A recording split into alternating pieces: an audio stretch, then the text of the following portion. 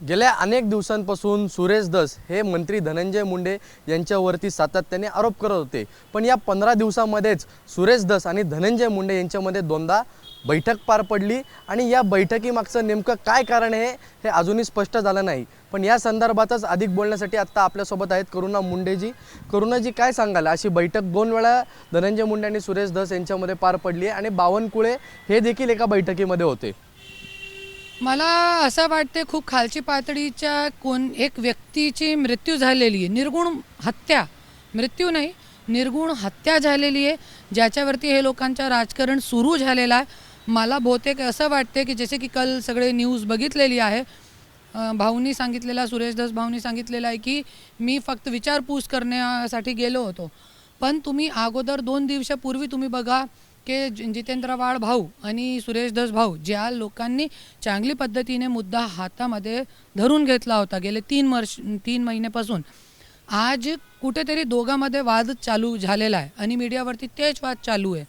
तो कुठे ना कुठेतरी मला असं वाटते की जे बावनकुळे साहेब आहे आणि वरती असं प्रेशर आहे त्यांच्यावरती की कुठे ना कुठे एकदा भेटीसाठी बोलावतात आणि नंतर मीडियावरती टाकतात की भेटून गेले, सगळे मीडियावरती तेच चालू आहे। तो कुठे ना कुठेतरी सगळे जे लोकांनी आज जातपात न बघता, पक्षपात न बघता जे मुद्दा हातामध्ये धरून घेतलेला आहे त्याच्यावरती कुठे ना कुठे दुर्लक्ष करण्याचं काम हे राजकारणी लोकांचा चालू झालेला आहे, मला असं वाटते।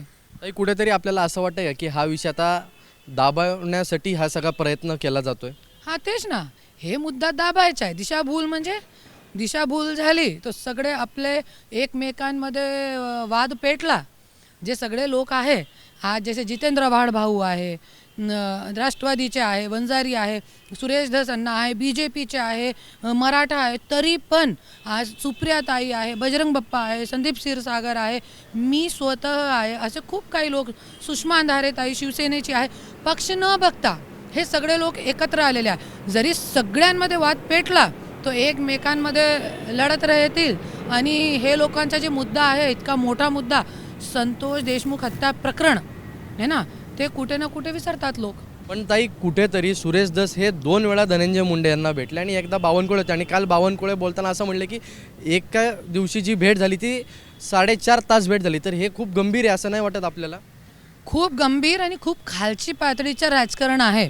मी बावनकुळे साहेबांना एकही सांगू इच्छितो की बावनकुळे साहेब इतकी निर्गुण हत्या झालेली आहे आणि जरी तुम्ही याच्यामध्ये मध्यस्थी करताय, धनंजय मुंडे आणि सुरेश धस भाऊ मध्ये तुम्ही जरी मध्यस्थी करत असेल तो हे खूप खालची पातळीच्या तुमच्या राजकारण आहे आणि महाराष्ट्राची जनता हे सहन करणार नाही, हे चालू देणार नाही। ताई, आपण देवेंद्र फडणवीस यांना भेटणार आहात असं आपण मगाशी सांगत होता, तर काय नक्की कुठल्या संदर्भात आपण त्यांच्याबरोबर ही भेट घेणार आहात?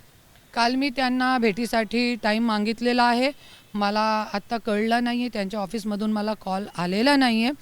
तो 100% नक्की मी त्यांच्याशी भेट घेणार आहे आणि त्यांना सगळे पुरावे देणार आहे की किती तुमच्या जे मंत्री आहे ते किती जे संतोष देशमुख हत्या प्रकरण झालेलं आहे, मी आजपर्यंत तो कधीही आपले जे पुरावे आहे ते घेऊन गेली नाही CMकडे। पण आता वेळ आलेली आहे, चांगली वेळ आलेली आहे ज्याच्यामध्ये आपल्याला ब्रह्मास्त्र काढावं लागेल।